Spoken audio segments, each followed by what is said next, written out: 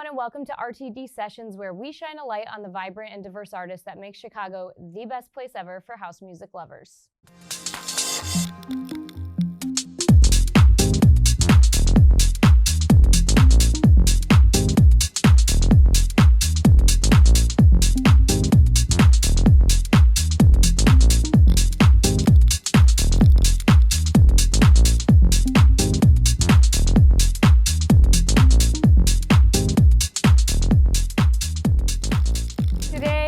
Joined by Rika, aka Rika B. Thank you so much for being on our show. Yeah, thanks so much for having me. Yeah, absolutely. So I didn't really need to prep for this interview because we're friends, right. which is like my favorite thing ever, to have my friends on this show.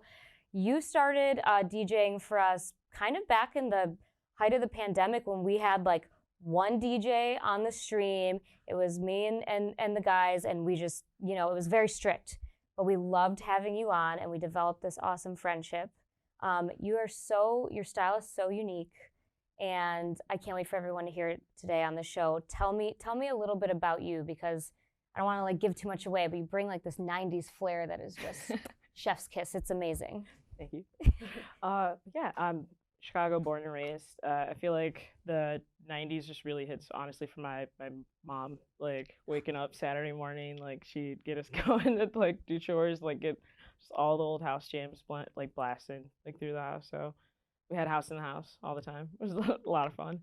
But yeah, just as I've just am kind of growing as an artist, just finding that I like to bring in 90s sound, just kind of keep it to my roots, but also just bring in different types of like flavors and things that just kind of make me bounce and like give me energy. And like I love to share my energy with everybody else while I'm playing. So it's that hope that it's coming through with everything that I'm choosing, how I'm choosing the flow as well. It's awesome. I would always get excited when you'd play for us because I love all types of house. I have an appreciation for all types of music, but that energetic, feeling that you bring, like you said, like that 90s, the different, you just really know how to get people to dance, and you do it, and you're so effortless up there. So it's amazing.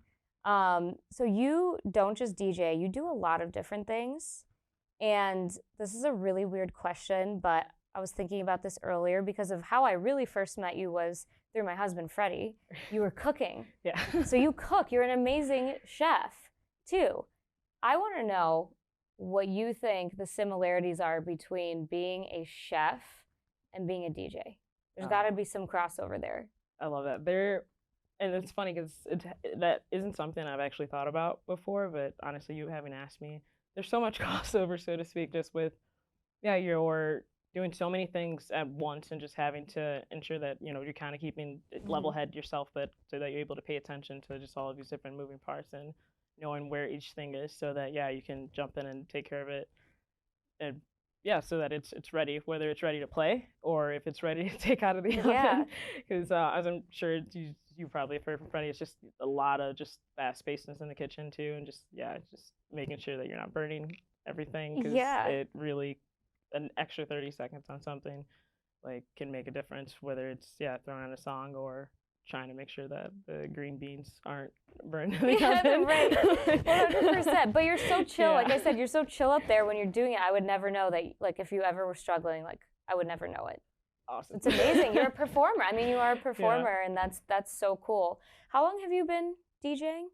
So I'd say probably 5 years, give or take. Oh, wow. Yeah. So I, at the same time I started DJing, was working to get through my master's program, become an occupational therapist. So kind of try to balance like those things.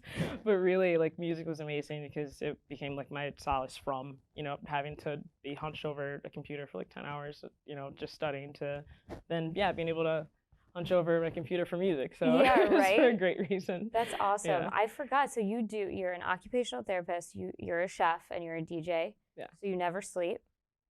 I get enough. But I see your Instagram stories at like 7 a.m. and you're already by the lake. Like, I'm assuming out for a run. Just a small walk. Yeah. But still, I'm gonna be honest, I don't like running. I don't like running either. But anyway. Still, that's amazing. I mean, you're up and at 'em all day, and DJing, they're late nights. So that's incredible. How do you find the time to just zen out and take some time for yourself? Yeah, I definitely, at the end of the night, and I'm sure you could probably speak to this too. Just my phone and just kind of all my electronics. Like I will like around 10 or so, just like kind of shut them down and keep them away from me. That's so Yeah, smart. I so wish I that could do that. it is really difficult. I realized like, oh, I miss, you know, correspondence from people, or just like miss Mhm. like a phone call even from my mom. Like, sorry, mom. But it's like, yeah, I found that I really do need to like kind of force that time to like turn everything off, because I don't think we realize, you know, how connected we are to just the world literally at all times of the Totally. day, you know. So yeah, I'll take that time and just push everything away and just have like a set schedule to kind of wind down at the end of the night. And then with getting up, like I have like a wind up routine, so to speak. So That's so yeah, smart. I'll get yeah. That's really like takes a lot of discipline. And I think especially now with everything open back up, um, I usually stay in one night a weekend. Like I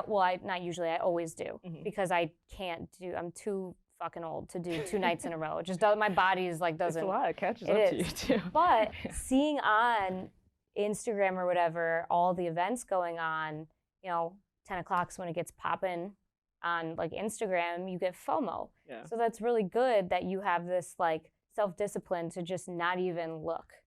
That's important. Yeah, definitely was something I came to just learn. And I don't know, also with having been teaching those things kind of to other people, I realized like, why don't I, you know, practice what I preach Yeah. and take my own advice? And yeah, it's like a game changer, like 100%. Even just something as simple as putting my phone on do not disturb, just so that while I'm trying to work during the day, I'm not, you know, constantly looking at my phone, Mm-hmm. because it definitely takes up more time than you realize. Oh And yeah. yeah, it's just very straining, both physically for our eyes, but also in a weird sense, you know, emotionally. Like you mentioned FOMO and kind of having that fear of just missing out on Mm-hmm. events and things. It's like, if you hadn't seen that flyer, would you even have been concerned that you missed the event, so to No. speak? So yeah, if you No. weren't looking at your phone for that, you know, 30-minute period, like it's out of sight, out of mind, and you're happier for it. So That's so smart. yeah.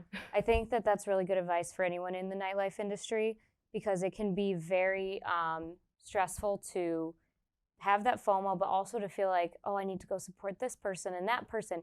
You can't be in 10 places at Right. You have once. to have a balance. And that's how it's going to be now. I mean, all of our friends that we were able to kind of like, interact with virtually throughout the pandemic, now they're going to be in real places. And how do you split your time? So just having that rule for yourself, I think, is super important. That's awesome.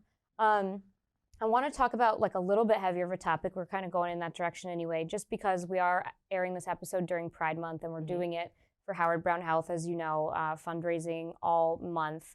Something I want to talk to you about is kind of how the Chicago scene and the house music scene in general is A, pretty whitewashed. B, doesn't really get back to its roots of, who founded house, which was the Black gay community. Do you see Chicago heading in a better direction to be more inclusive? Is there more work to be done? From your perspective, I want to know what you think. Yeah, I feel as though just slowly I'm seeing things like turn for the better.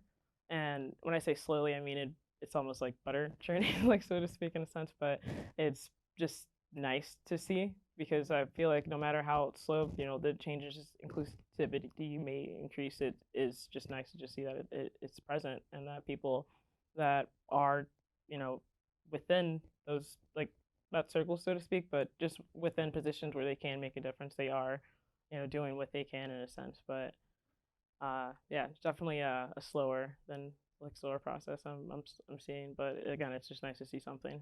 Yeah, totally. And I completely realize that it's a tough position for DJs to talk about this because you don't want to ruffle feathers and then not get booked because you said something that, upsets someone. So it's just, and I think that's in any industry, right? Where there's lesser opportunities for certain marginalized communities. It's like, well, do I say something and risk, my career, or do I just, pretend like I'm happy with the status quo? So definitely needs to be brought up, but it has to be done artfully because some people are sensitive and, they don't want to, I don't know.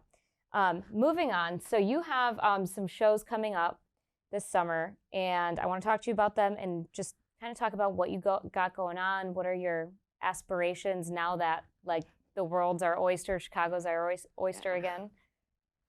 Yeah, so I'm just taking things I mean, kind of how we talked about, just honestly kind of slow.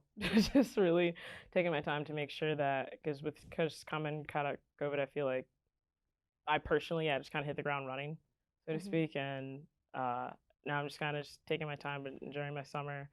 Um, so with that, just doing more, I like community like oriented events, so to speak. So on the 19th, I'm going to be working with Palace Corey, and as we're going to be doing the yoga set for I think 4 or 5 hours or so. So the Fun. first 2 hours, I think we're gonna be the yoga, and then later on, it's just gonna be the just hanging out, just like folks coming through to play. I know the Chicago Shufflers. I think they're gonna be there as well. So I'm gonna be opening up the floor for them, and yeah, we're That's jamming out and awesome. having a good time. I love seeing more of these community Yeah, events that are popping up. They're so unique and fun and just like something different to do, than going back to just like the clubs or whatever. yeah, yeah. Like And you're outside. partying like earlier in the daytime is so underrated because then you can still go to bed at a decent hour. Yeah, That's like key. I definitely agree because and also too again you're outside, you get the sunlight, like Hmm. you're it's just I feel like it's just more not more, but it's a very just wholesome like vibe, Yes. so to speak,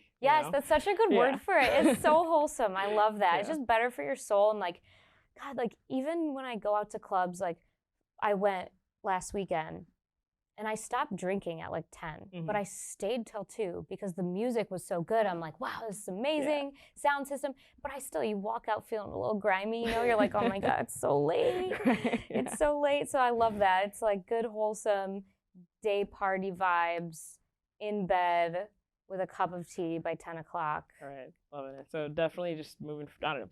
Me personally, I'm wanting more of just those wholesome vibes, and being able to bring that in the club also would be fantastic. Yeah. Whether it's during the day or at night, Yeah. preferably day. Yeah, right? Yeah. Let's do that. But Yeah. the nightclubs will always be there. Right. They'll always Yeah. be there. So, so do you know what you're gonna play for us today? Do you have some ideas in mind? Some 90s? Give me like Yeah. one 90s song you're gonna play so I can get excited. Or did I put you on the spot? No, I just it's a sneaky favorite, so I don't know if I wanted to Oh, okay, tell okay, you. I'll wait. I'll wait and Yeah. be surprised. Well, thank you so much for doing Yeah. this. We're so excited to hear you play. Yeah, I'm really pumped to play for you all as well. Thank you so much.